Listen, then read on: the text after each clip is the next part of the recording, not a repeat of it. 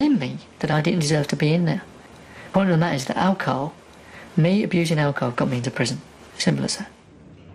Shocked by their captain's imprisonment, Arsenal's despondent team decided to do the decent thing. Raise a glass to him. And another, and another, and another. When he was actually sentenced, it was the day of Arsenal's Christmas party. We'd always go into town and have a little jolly up. And so we thought, well, I remember we met at Steve Bolthouse and we sat in Steve's lounge and wondering whether to go. And then a couple said, oh no, he didn't want us to go. So we went ahead with the Christmas do, like for Tony. And it was actually Pentonville Road. And we thought he might be in Pentonville prison, so we could give him a little wave. ስለ አርሰን ቬንገር መልካምም መጥፎም ይናገራል በመጽሐፉም።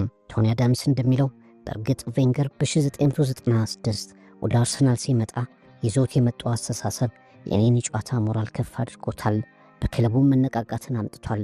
ግን ስለ ቬንገር መናገር የምፈልገው ይህንን ብቻ አይደለም። አሰልጣኝነት የአርሰን ቬንገር ጠንካራ ስጦታ አይደለም።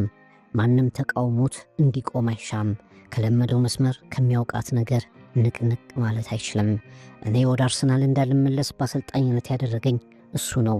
ምክንያቱም እኔ ያልሆነ ጎል ቢገባብን ቡድናችን ጥሩ ባይጫወት ዝም አልልም። ቬንገር ምንም ቢናገራቸው ትንፍሽ የማይሉትን ፈዛዞቹን ፓትራይስና ስቲቭ ቦልድን ብቻ ይዞ ይሰራል። ምክንያቱም እሱ ብቻ መጉላት ስለሚፈልግ። ቬንገር እያለ በአርሰናል ቦታ እንደማላገኝ አውቀዋለሁ። በረጅም ጊዜ ቆይታው ለክለቡ ባደረገው ነገር ባከብረውም ራስ ወዳድ አሰልጣኝ ነው። ቶኒ አዳምስ ይቀጥላል። I'm really blessed that I got the opportunity to lead the best club in the world. You don't play over 3 decades if you're not consistent. You've got to go and do it week in, week out. Here's Tony Adams getting forward. Adams! He's done it! Tony Adams again! Oh, and it's Adams! Oh, it's a goal for Tony Adams! አወዛጋቢው ቶኒ አዳምስ ከአርሰናል ውጭ ለዋይኮም ቦንደርስ፣ ለፖርትስመዝ እና ጋባላ ተጫውቷል። በሆላንድ፣ አዘርባይጃን፣ ቻይና፣ ስፔን ተዘዋውሮ ሰርቷል። በ2015 በጣም አደገኛ የሚባል ቀዶ ጥገና ተደርጎለት ሕይወቱ ተርፏል። የእንግሊዝ ፕሪሚየር ሊግን ባለም እንዲታወቅ አሻራ ከተው ተጫዋቾች አንዱ ብለው የሚቆጥሩት አሉ።